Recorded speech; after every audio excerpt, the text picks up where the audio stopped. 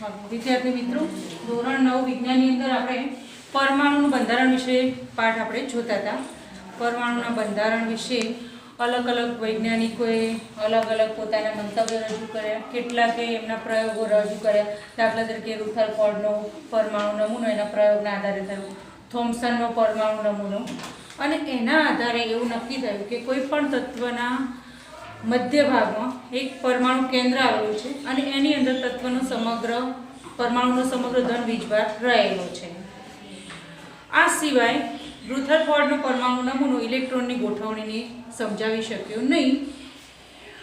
એ પછી આવ્યો બોરનો પરમાણુ નમૂનો, અને બોરે પરમાણુ નમૂનામાં એમ કહ્યું કે કોઈ પણ તત્વની મધ્યમાં જે ન્યુક્લિયસ છે એ ન્યુક્લિયસની અંદર તમામ પ્રોટોન અહીંયા આવેલા છે કેન્દ્રમાં, અને ઇલેક્ટ્રોન એની આસપાસ કક્ષાઓમાં સતત ભ્રમણ કરે છે.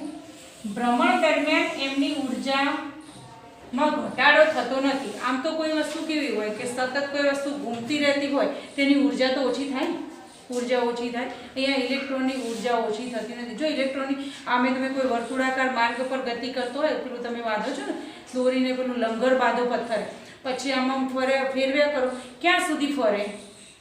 જ્યાં સુધી અહીંથી તમે અચળ એક પ્રકારનું બળ આપો તો એ અચળ વેગથી ફર્યા કરે. જો તમે બળ આપવામાં સહેજ પણ ઢીલાશ કરો તો તરત જ એની ગતિમાં ફેરફાર થઈ અને આમાં થઈને સીધો આપણને હાથે વાગે ને, અને છોડી દઈએ તો નીચે પડી જાય. એટલે કે કોઈ પણ ગતિ કરતો પદાર્થ હોય, આમ વર્તુળાકાર માર્ગે ગતિ કરતો પદાર્થ, તો આપણે એનું બળ ક્યાંથી આપીએ છીએ? કેન્દ્રમાંથી, મધ્યસ્થાનેથી કેન્દ્રમાંથી બળ આપીએ. દરેક સ્થળે પદાર્થનું શું બદલાય? વેગ અચળ, ઝડપ અચળ રહે પણ વેગની દિશા બદલાય. કેમ કે ઝડપ અને વેગમાં ફરક શું છે? દિશા. પેલી સદિશ રાશિ છે, પેલી અદિશ રાશિ છે, અને એનો વેગ એના સ્પર્શકની દિશામાં હોય.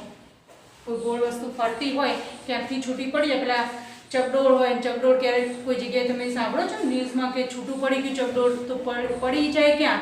નીચે ના પડે, સીધે સીધું એ એના સ્પર્શકની દિશામાં જાય. સ્પર્શક શું છે એ આપણે 10મા ધોરણમાં વર્તુળમાં જોઈશું. અહીંયા સ્પર્શક એટલે એના કેન્દ્ર સાથે 90નો ખૂણો બનાવે એને સ્પર્શક કહેવાય. અહીંયાથી જો પથ્થર છૂટી જાય તો આ દિશામાં જાય, બરાબર. હવે સતત આ પદાર્થ ગતિ કરે તો દરેક બિંદુએ એનો વેગ બદલાય, અને એના કારણે એ શું કરે? પદાર્થ હંમેશા ઉર્જા ગુમાવે. પરંતુ આ ઇલેક્ટ્રોન જે છે એ ઇલેક્ટ્રોન આ કેન્દ્રની આસપાસ ફર્યા કરે છે, છતાં એ ઉર્જા ગુમાવતા નથી. અને આમ કોઈ પણ તત્વનો પરમાણુ એમાં ઇલેક્ટ્રોન સતત ઘૂમ્યા કરે છે, જ્યારે એનો ધન વીજભાર એના કેન્દ્રમાં સ્થિર છે, બરાબર. હવે ઇલેક્ટ્રોન કઈ રીતે ફરે છે એ જે બોર અને બરીનો નમૂનો છે એ આપણા કોર્સમાંથી કાઢી નાખ્યો છે કે વિવિધ કક્ષાઓમાં ઇલેક્ટ્રોન કેવી રીતે વહેંચાય છે. પણ એ થોડુંક જાણવું જરૂરી છે. આપણા તમને ખબર છે કે 9-10માં આપણે જે કોર્સ છે 30% કોર્સ કાપી નાખે, 70% રાખે, એમાં એક ચેપ્ટર ગણિત વિજ્ઞાનમાં નથી ઉડાડ્યું, ખબર છે? એક ચેપ્ટર કેન્સલ કર્યું નથી. વિજ્ઞાનમાં કર્યું છે તમારું કાર્ય, પાવર અને ઉર્જાવાળું, બરાબર. બાકીના બધા ચેપ્ટરો રાખ્યા છે, એમાંથી ટોપિક કાઢ્યા છે.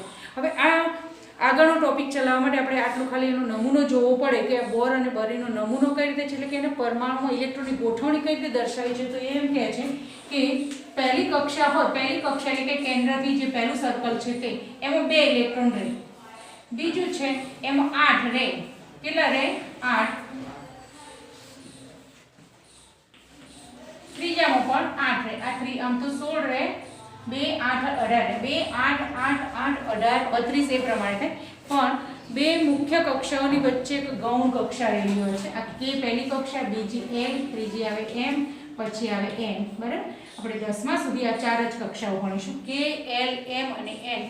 એના માટે ઇલેક્ટ્રોન કઈ રીતે યાદ રાખવા? તો ઇલેક્ટ્રોન ગોઠવણી માટે સૂત્ર છે 2n², બરાબર. આ 2n² સૂત્ર, જ્યાં n બરાબર કક્ષા, પહેલી કક્ષા n બરાબર 1 લઈએ, n બરાબર 1 તો પહેલી કક્ષા એટલે k કક્ષા, પહેલી કક્ષા એટલે કે k કક્ષા. હવે k કક્ષામાં કેટલા ઇલેક્ટ્રોન સમાયેલા? સૂત્રમાં n ની જગ્યાએ 2 લો તો 2, n બરાબર 1 એટલે 1 નો વર્ગ 1, 1 ગુણ્યા 2 એટલે 2. એટલે પહેલી કક્ષામાં કેટલા ઇલેક્ટ્રોન હોય? 2 ઇલેક્ટ્રોન. જુઓ, મને પણ ખબર નથી કે ત્રીજી કક્ષામાં કેટલા ઇલેક્ટ્રોન સમાય છે, પણ લઈએ તો n બરાબર 2 લઈએ તો બીજી કક્ષા હવે L કક્ષા કહેવાય ને. અને n બરાબર 2 લઈએ તો 2 નો વર્ગ 4 અને 4 ગુણ્યા 2 એટલે 8. બીજી કક્ષામાં 8 ઇલેક્ટ્રોન. n બરાબર 3 લઈએ તો ત્રીજી કક્ષા આવે અને ત્રીજી કક્ષા છે m કક્ષા. એની અંદર 3 નો વર્ગ 9, 9 દુ 18 એટલે 18 ઇલેક્ટ્રોન્સ. મેં અહીંયા 2 8 8 ને પછી 18 બોલી છું, બરાબર. આ 8 વાળી આ જે કક્ષા છે એ ગૌણ કક્ષા છે. બે મુખ્ય કક્ષાઓની વચ્ચે આવી ગૌણ કક્ષાઓ છે એને સંકર કક્ષાઓ કહેવાય છે. એ 11 સાયન્સની અંદર કેમિસ્ટ્રીમાં આપણે ભણીશું, બરાબર. અહીંયા આપણે 10મા સુધી મુખ્ય કક્ષાઓ છે કે એલ એમ અને એન. પરંતુ જ્યારે ઇલેક્ટ્રોનની ભરતી થાય ને ત્યારે પહેલી કક્ષામાં 2, બીજીમાં 8, પછી સીધા આ ત્રીજી કક્ષામાં ના જતા રહે. વચ્ચેની કક્ષાઓ ભરાતી જાય એટલે ગૌણ કક્ષાઓને ભરાય છે. હવે n બરાબર 4 લઈએ તો ચોથી કક્ષા એટલે n કક્ષા. n કક્ષા 4 ઇલેક્ટ્રોન 4 કક્ષા n બરાબર 4 લઈએ તો 4 નો વર્ગ 16 ને 16 દુ 32 એટલે આમાં 32 ઇલેક્ટ્રોન સમાય, બરાબર. આની વચ્ચે પણ ગૌણ કક્ષાઓ છે, આની વચ્ચે પણ ગૌણ કક્ષાઓ છે, બરાબર. આ પહેલી બીજીની વચ્ચે કોઈ કક્ષા નથી. તો આમ 2n² સૂત્ર મુજબ કક્ષાઓમાં ઇલેક્ટ્રોન ભરાય. હવે ઇલેક્ટ્રોનની ગોઠવણી તો થઈ ગઈ, બરાબર. આપણો પ્રશ્ન છે સંયોજકતા. સંયોજકતા જાણવા માટે ઇલેક્ટ્રોનની ગોઠવણી જાણવી જરૂર છે. કોઈ તત્વ અજ્ઞાત હોય કે જાણીતું હોય એમાં ઇલેક્ટ્રોન કેટલા છે એ તમે જાણો તો તમને ઇલેક્ટ્રોનની ગોઠવણી આવડશે. અને ઇલેક્ટ્રોનની ગોઠવણી આવડે ને એટલે સંયોજકતા આવડે. તો હવે સંયોજકતા શું છે તે તો સંયોજકતા એટલે કે કોઈ પણ પરમાણુની અંદર આપણે જોયું કે ઇલેક્ટ્રોન ભિન્ન ભિન્ન કક્ષામાં ગોઠવાય. એવું નથી કે બધા ઇલેક્ટ્રોન એક જ કક્ષામાં ગોઠવાઈ જાય કે બધા ઇલેક્ટ્રોન વહેંચાતા પહેલામાં 2, બીજામાં 2, ત્રીજામાં 2 એવી રીતના ભરાય, એવું પણ નથી. ભરાવા માટેનો ચોક્કસ નિયમ છે કે 2n² મુજબ એની અંદર ગોઠવાય છે ઇલેક્ટ્રોન. પરંતુ ઇલેક્ટ્રોન જ્યારે ગોઠવાય છે ત્યારે કોઈ પણ તત્વના પરમાણુની બાહ્યતમ કક્ષામાં જે ઇલેક્ટ્રોન છે એ ઇલેક્ટ્રોનને સંયોજકતા ઇલેક્ટ્રોન કહે છે. શું કહે છે? સંયોજકતા ઇલેક્ટ્રોન. અને આમ પરમાણુની બાહ્યતમ કક્ષામાંના ઇલેક્ટ્રોનની સંખ્યાને તે તત્વની સંયોજકતા કહે છે. પરમાણુની બાહ્યતમ કક્ષા અહીંયા મેં દોરી છે તો બાહ્યતમ કક્ષા કઈ છે? આ અંદરની કહેવાય, કેન્દ્રથી જાઓ એ અંદરની, જેમ બહારની આ બાહ્યતમ કક્ષા. અને બાહ્યતમ કક્ષામાં જેટલા ઇલેક્ટ્રોન હોય એ એની સંયોજકતા છે. હવે આપણે થોડાક તત્વોની સંયોજકતા જોઈએ. ક્યાંક નિયમ થોડોક બદલાય એટલે આપણે એને અપવાદ જોઈશું. ધારો કે હું એક તત્વ લખું છું હાઇડ્રોજન. ચલો હાઇડ્રોજન બોલું એટલે તમને સંકેત તો બધાને 1 થી 20 સુધીના પરમાણુ ક્રમાંકવાળા તત્વોના નામ, એની સંજ્ઞા અને એની ઇલેક્ટ્રોન રચના આપણને આવડવી જોઈએ. હાઇડ્રોજન આપણા આવર્ત કોષ્ટકનું પહેલું તત્વ છે, એની સંજ્ઞા છે H અને આ હું લખું છું ઇલેક્ટ્રોનની સંખ્યા, બરાબર. એમાં એક ઇલેક્ટ્રોન છે. એક ઇલેક્ટ્રોન છે તો ક્યાં જશે? તો એક ઇલેક્ટ્રોન અહીં અંદરથી જ ભરાતા આવે. એવું નહીં કે આ બધી કક્ષાઓ ખાલી ઇલેક્ટ્રોન કે હું એકલો છું તો બહારની અહીંયા બાહ્ય કક્ષામાં બેસું ના, એવું ના ચાલે, બરાબર. તો અહીંયા એક ઇલેક્ટ્રોન છે તો એ ઇલેક્ટ્રોન કઈ ઇલેક્ટ્રોનની પહેલા ગોઠવણી લખી કાઢી, બરાબર. ગોઠવણી તો એ કઈ કક્ષામાં બેસી જશે? પહેલી કક્ષા. પહેલી કક્ષામાં ઇલેક્ટ્રોન બેસી જશે. આપણા નિયમ મુજબ બાહ્યતમ કક્ષામાં રહેલા ઇલેક્ટ્રોનની સંખ્યા એની સંયોજકતા થશે. આની બાહ્યતમ કક્ષા એટલે હાઇડ્રોજન હોય આ H, એનો આ કેન્દ્ર છે પરમાણુનું ન્યુક્લિયસ. અને બાહ્યતમ કક્ષા એટલે એક જ કક્ષા છે અને એક જ કક્ષામાં જે ઇલેક્ટ્રોન છે એની બાહ્યતમ કક્ષા કહો કે અંદરની કહો, હાઇડ્રોજન માટે એક જ કક્ષા છે તો એમાં ઇલેક્ટ્રોન કેટલા છે? તેની સંયોજકતા કેટલી થશે? ઇલેક્ટ્રોનની ગોઠવણી અને અહીંયા હું લખું છું સંયોજકતા કેટલી થાય? 1, બરાબર. હાઇડ્રોજન માટે જે પદ છે ને આપણે પછી એની ચર્ચા કરીએ નિયમ મુજબ. ચલો બીજું તત્વ છે હિલિયમ. હિલિયમ તત્વ છે તેની સંજ્ઞા છે H. એમાં 2 ઇલેક્ટ્રોન છે. આપણે યાદ રાખવાનું છે H1 He2 આ રીતે યાદ રાખવાનું, બરાબર. હિલિયમ He 2 ઇલેક્ટ્રોન છે ક્યાં ભરાશે? એક અહીંયા ને કઈ બેસશે? ના, અંદરની કક્ષાઓ ભરાતી જ. હવે પહેલી કક્ષામાં કેટલી આપણી ક્ષમતા છે? 2 ઇલેક્ટ્રોનની. એટલે 2 હોય ત્યાં સુધી પહેલીમાં જ જાય. એવું નહીં કે હાઇડ્રોજન એકલો હતો ને એક પહેલીમાં એક રહ્યો તો અમે 2 આવ્યા તો એક પહેલીમાં જાય બીજો બીજીમાં જાય, એ રીતે નહીં. તો પહેલી કક્ષામાં 2 ઇલેક્ટ્રોન ભરાઈ જશે. ઇલેક્ટ્રોનની ગોઠવણી પહેલી જ કક્ષા, એને બીજી કક્ષા હોય જ નહીં. હાઇડ્રોજનને એક જ કક્ષા, હિલિયમને પણ એક કક્ષા. હાઇડ્રોજનને પહેલી કક્ષામાં 1 ઇલેક્ટ્રોન, હિલિયમમાં 2 ભરાઈ ગયા. તો આની સંયોજકતા કેટલી થઈ? કોહળો. આની સંયોજકતા આમ જોઈએ તો 2 કહેવાય આપણા નિયમ મુજબ. આપણો નિયમ શું છે કે બાહ્યતમ કક્ષામાં રહેલા ઇલેક્ટ્રોનની સંખ્યાને એની શું કહે છે? સંયોજકતા. પરંતુ હાઇડ્રોજન અને હિલિયમ માટે ફક્ત એક જ કક્ષા છે, પહેલી જ કક્ષા છે અને એને દ્વિક સમૃદ્ધ રચના કહેવાય છે. કેવી? દ્વિક સમૃદ્ધ રચના. એટલે હિલિયમ He2 એની પહેલી કક્ષા ભરાઈ ગઈ. હવે ત્રીજો ઇલેક્ટ્રોન આવે તેની અંદર સમાશે ના, પછી એને નવી કક્ષામાં જવું પડશે. એટલે કોઈ પણ તત્વની પહેલી કક્ષા બે જ ઇલેક્ટ્રોનને સમાવી શકે અને બે ઇલેક્ટ્રોન ભરાઈ જાય એટલે એને દ્વિક સમૃદ્ધ રચના કહેવાય છે. કેવી? દ્વિક સમૃદ્ધ રચના. બે ભરાઈ જાય પછી ત્રીજાને સમાવી શકે નહીં. આ હાઇડ્રોજન અને હિલિયમ માટે છે. આગળ આપણે જોઈએ એની સંયોજકતા હું પછી લખું, કેમ કે એને મેં રાખ્યું છે એટલા માટે. ચલો પછી ત્રીજું તત્વ છે લિથિયમ Li. લિથિયમ Li અને એમાં 3 ઇલેક્ટ્રોન છે. ચલો ઇલેક્ટ્રોનની ગોઠવણી જ મારે લખવી છે. 3 ઇલેક્ટ્રોન છે તો પહેલી કક્ષામાં કેટલા ગોઠવાશે? 2 અને બાકી વધે બીજી કક્ષામાં. તો બાહ્યતમ કક્ષામાં ઇલેક્ટ્રોન કેટલા છે? કેટલા? આ તો ભરાયેલી અંદરની. આ બાહ્યતમ કક્ષા ક્યાં છેડાવાળી? કેટલા ઇલેક્ટ્રોન છે? 1. તો એની સંયોજકતા કેટલી થાય? 1. આમાં કોઈ ફેરફાર થયો નહીં, નિયમ તૂટ્યો નથી. બરાબર. ચલો આગળ લિથિયમ પછી બેરિલિયમ Be4. Beryllium Be. બરાબર. એમાં 4 ઇલેક્ટ્રોન છે. કઈ રીતે ભરાશે કહો? પહેલી કક્ષામાં તો 2 ભરાઈ જશે. સમૃદ્ધ રચના પૂરી. કેવી સમૃદ્ધ રચના? દ્વિક સમૃદ્ધ રચના કહેવાની. એ પૂર્ણ થઈ ગઈ. બાકી કેટલા વધશે હવે? 2. તે ક્યાં જશે? બીજી કક્ષામાં જશે. અને ઇલેક્ટ્રોન રચના કેવી થશે? 2 2 અને 22 નહીં બોલવાનું, હું અલ્પવિરામ કરું છું. બરાબર. એટલે 2 2. આને કઈ રીતે વાંચું કે પહેલી કક્ષામાં 2 ભરાઈ ગયા, બાકીના 2 વધે એ બીજી કક્ષામાં જશે. બીજી કક્ષા કેટલાને સમાવી શકશે? 8 જણને. અરે 8 સુધી હશે ત્યાં સુધી ભરશે બીજી કક્ષા. 8 ભરાઈ ગયા પછી ત્રીજીમાં જવાની વાત છે. બરાબર. તો 2 2. હવે બાહ્યતમ કક્ષામાં કેટલા ઇલેક્ટ્રોન છે? 2. તો આની સંયોજકતા કેટલી થઈ? 2 થઈ ગઈ. ક્યારે ખબર પડે આપણને? જે તે તત્વનો એમાં ઇલેક્ટ્રોન કેટલા છે એ જાણતા હોઈએ અને આ નિયમ ખબર કે કેટલી કક્ષામાં કેટલા ઇલેક્ટ્રોન સમાવી શકે તો આપણને તરત પછી ખબર પડી જાય કે બાહ્યતમ કક્ષામાં કેટલા ઇલેક્ટ્રોન છે એ પ્રમાણે એની સંયોજકતા. ચલો એના પછીનું એક તત્વ લઈએ, બોરોન B5. બોરોન સંજ્ઞા છે B અને 5 ઇલેક્ટ્રોન છે. પહેલી કક્ષામાં 2 ભરાશે, બીજીમાં કેટલા જશે? 3. બીજી કક્ષામાં 3. બાહ્યતમ કક્ષામાં કેટલા કહેવાય ઇલેક્ટ્રોન? 3. તો આની સંયોજકતા પણ 3. પછી છે બોરોન આવ્યો કાર્બન C6. પહેલી કક્ષામાં 2, બીજીમાં 4. બરાબર. બાહ્યતમ કક્ષામાં કેટલા ઇલેક્ટ્રોન? 4. એટલે સંયોજકતા આપણે 4 કહી શકીએ. હું આને અપવાદ બાકી રાખું છું. એક આ બાકી રાખું, એક આને બાકી રાખું. ચલો આગળ બાકી વાળાને આપણે કરીએ જ. કાર્બન પછી નાઇટ્રોજન N અને 7 ઇલેક્ટ્રોન છે. ચલો કઈ રીતે ભરાશે? 2 અને 5. પહેલા 2 ભરાશે પછી 5. આપણે ધ્યાન રાખવાનું છે કે આ બીજી કક્ષા 8 સુધી સમાવી શકશે. 8 થઈ ગયા પછી ત્રીજીમાં જશે. બાહ્યતમ કક્ષામાં કેટલા ઇલેક્ટ્રોન છે? 5. એટલે એની સંયોજકતા 5 થવી જોઈએ. બરાબર. હું 5 ખાલી લખું છું, પછી મારે કાઢવાના છે. એક નિયમ તમને બતાવીને આને આ બોક્સે પૂરું. નાઇટ્રોજન પછી છે ઓક્સિજન. ઓક્સિજન O અને 8. કેટલી ઇલેક્ટ્રોન રચના? 2 6. આમાં કઈ હવે આપણે ગોખવાનું નહીં, આવું બધું કશું.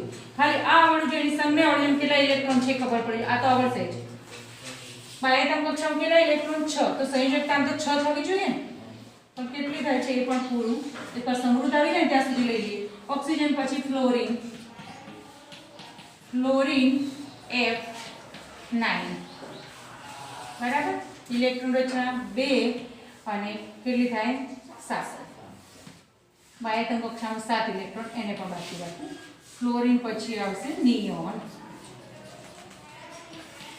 N 10.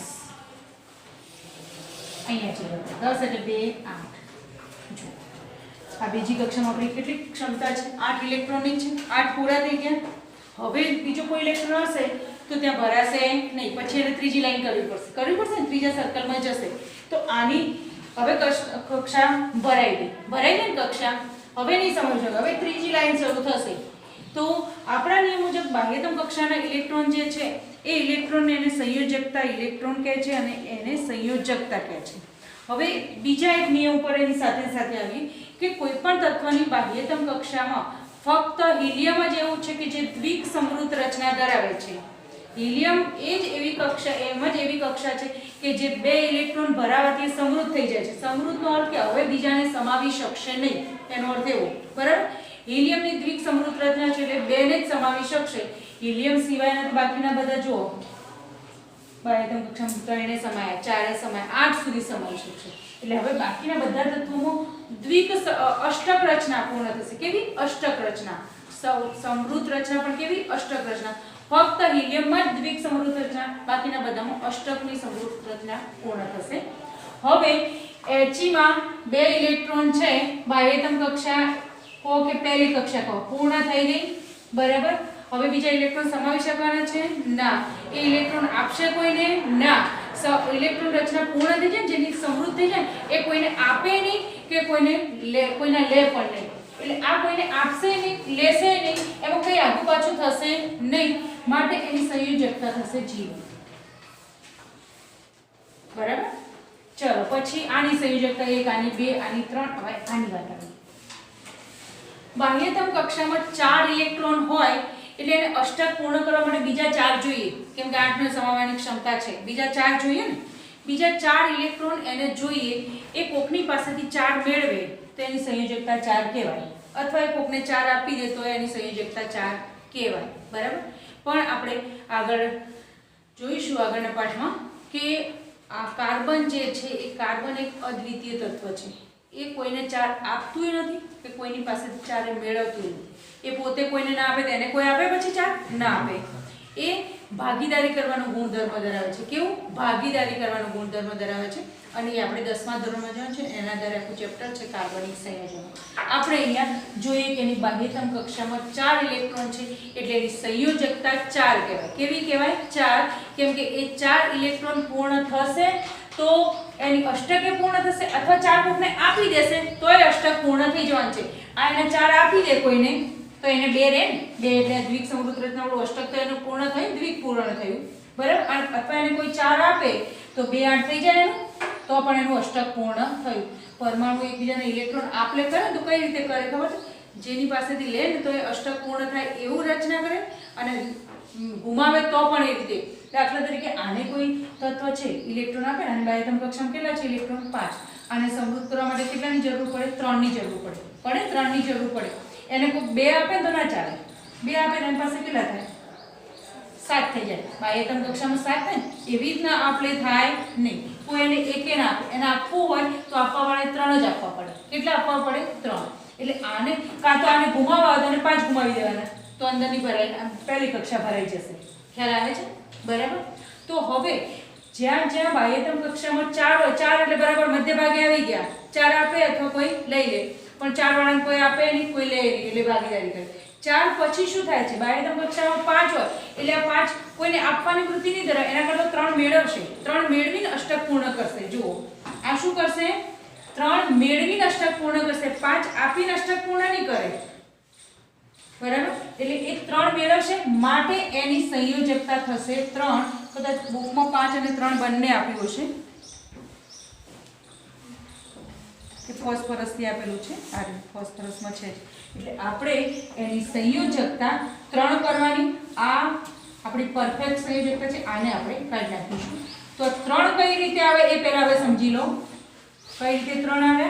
કે એને અષ્ટક પૂર્ણ કરવા માટે 3 જોઈએ. આમ આપણા નિયમ મુજબ કે બાહ્યતમ કક્ષામાં રહેલા ઇલેક્ટ્રોનને સંયોજકતા ઇલેક્ટ્રોન કહે છે, અને તો આની સંયોજકતા 5 થાય ને, પણ 5 એ આપશે નહીં કોઈને. એના કરતા સંયોજકતા પૂર્ણ કરવા માટે 3 ઇલેક્ટ્રોન મેળવશે. માટે આની સંયોજકતા કેટલી થઈ? 5 નહીં પણ 3. ચલો એ મુજબ આની કેટલી થશે? 2. 2 મેળવે તો અષ્ટક પૂર્ણ થાય. આની કેટલી થશે? 1. બરાબર. સંયોજકતા ઇલેક્ટ્રોન કેટલા? તો 7 કહી શકાય. સંયોજકતા ઇલેક્ટ્રોન કેટલા? 6. પણ એની સંયોજકતા આ પ્રમાણે. ચલો આની સંયોજકતા કેટલી થશે? નિયોનની 0. નિયોનની સંયોજકતા 0, કારણ અષ્ટક પૂર્ણ થઈ ગયું છે. બાહ્યતમ કક્ષામાં 8 ઇલેક્ટ્રોન એટલે અષ્ટક પૂર્ણ, તો આની સંયોજકતા 0. આના પછીનું તત્વ લઈએ 10, સોડિયમ 11. N.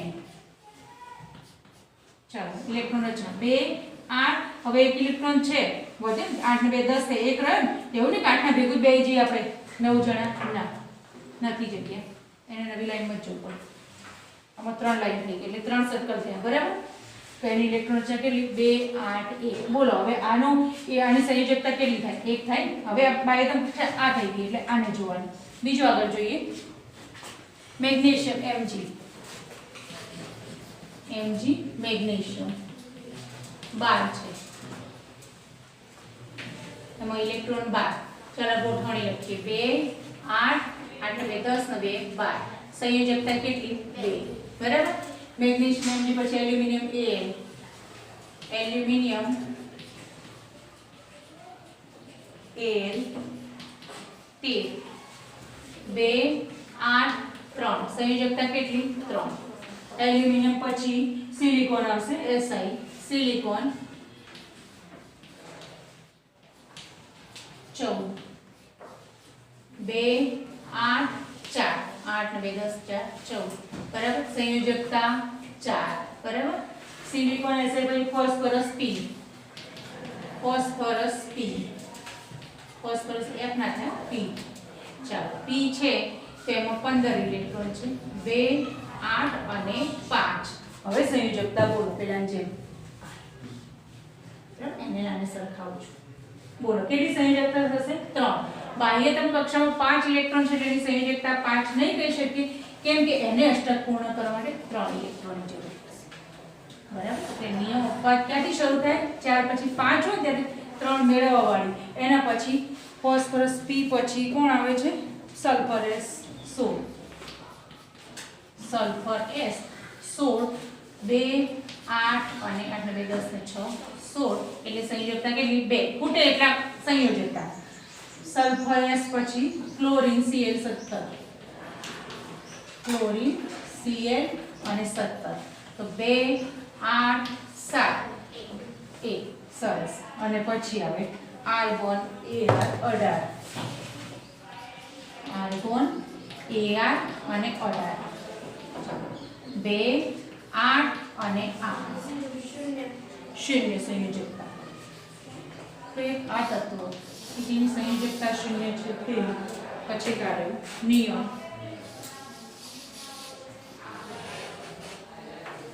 અને એક આ છે કે જેની સંયોજકતા શૂન્ય છે. તો આ તત્વો જે છે કે જેની સંયોજકતા શૂન્ય છે એવા તત્વો શૂન્ય સંયોજકતા છે, એનો અર્થ કે એની બાહ્યતમ કક્ષાઓ કેવી છે? ભરાયેલી. એમની બાહ્યતમ કક્ષાઓ ભરાયેલી છે. આની પણ ભરાયેલી, આની પણ ભરાયેલી, આની પણ ભરાયેલી છે. એટલે શું કરશે? કોઈને ઇલેક્ટ્રોન આપશે નહીં, આપશે ના, કોઈની પાસેથી સ્વીકારશે નહીં. હવે જો કોઈ પણ તત્વ કોઈની પાસેથી ઇલેક્ટ્રોન મેળવે નહીં કે કોઈને આપે નહીં, તો પછી કોઈની સાથે પ્રક્રિયા ના કરે, માટે આવા તત્વોને નિષ્ક્રિય તત્વો કહે છે. કેવા? નિષ્ક્રિય. તમને એમ પ્રશ્ન પૂછે કે નિષ્ક્રિય તત્વો કોને કહેવાય? તો જેની આપણે મગજમાં એટલો ખ્યાલ છે કે નિષ્ક્રિય તત્વો એને કહેવાય કે જે કોઈની સાથે ક્રિયા ના કરે તે. પણ કેમ ના કરે ક્રિયા? તો એમની બાહ્યતમ કક્ષાઓ કેવી હોય? ભરાયેલી. બાહ્યતમ કક્ષાઓ ભરાયેલી હોય, સમૃદ્ધ હોય, તો એમને જરૂર ના પડે કોઈના ઇલેક્ટ્રોન લેવાની કે કોઈને મેળવવાની જરૂર ના પડે, માટે કેવા હોય? નિષ્ક્રિય. દાખલા તરીકે સોનું, કે સોનાને કાટ લાગે કોઈ દિવસ? એમ દેશી ભાષામાં કોઈ કહેવતમાં કીધું હોય કે સોનાને કોઈ દિવસ કાટ લાગે નહીં, લોખંડને લાગે કાટને, સોનાને ના લાગે. કારણ તો પછી આપણે કહીએ સોનું નિષ્ક્રિય છે. સોનાની ઇલેક્ટ્રોન રચના તમારે ભણવાનું નથી, આગળ 11 બારમાં જાઓ તેના ઇલેક્ટ્રોન કેટલા છે ઘણી તમે ઇલેક્ટ્રોન રચના કરો, તેની બાહ્યતમ કક્ષા ભરાયેલી છે. તો એમાં ઇલેક્ટ્રોન મેળવતું નથી કે ગુમાવતું નથી. જો મેળવતું નથી કે ગુમાવતું નથી તો પછી કોની સાથે ક્રિયા કરશે? બરાબર. તો આમ કે જેની બાહ્યતમ કક્ષા સમૃદ્ધ હોય, બાહ્યતમ કક્ષા સમૃદ્ધ હોય એવા તત્વો નિષ્ક્રિય તત્વો છે. અને આમ હિલિયમ, નિયોન અને આર્ગોન આપણે 20 સુધીના જોયા, 20 પરમાણુ ક્રમાંક અને 18 પરમાણુ ક્રમાંક સુધીના, એમાં આવા 3 તત્વો નીકળ્યા. કેવા? નિષ્ક્રિય, કે જે પૈકી ફક્ત હિલિયમ દ્વિસમૃદ્ધ રચનાવાળું છે, બાકીના બધા અષ્ટકવાળા છે, 8 કોણ વાળા. બરાબર. તો નિષ્ક્રિય વાયુ વિશે આપણે થોડુંક જોયા. હવે આ નિષ્ક્રિય વાયુનો થોડુંક આપણે આગળ જઈશું અને આ સંયોજકતા ઇલેક્ટ્રોનના આધારે જે તે તત્વ કેવો ગુણધર્મ ધરાવે, કોની પાસે પ્રક્રિયા કરશે કે કોની સાથે પ્રક્રિયા નહીં કરે અને સંયોજનો બનાવશે કે નહીં બનાવે, એના માટે જવાબદાર છે બાહ્યતમ કક્ષાના ઇલેક્ટ્રોન. આગળનું આપણે નવા વિડીયોમાં જોઈશું.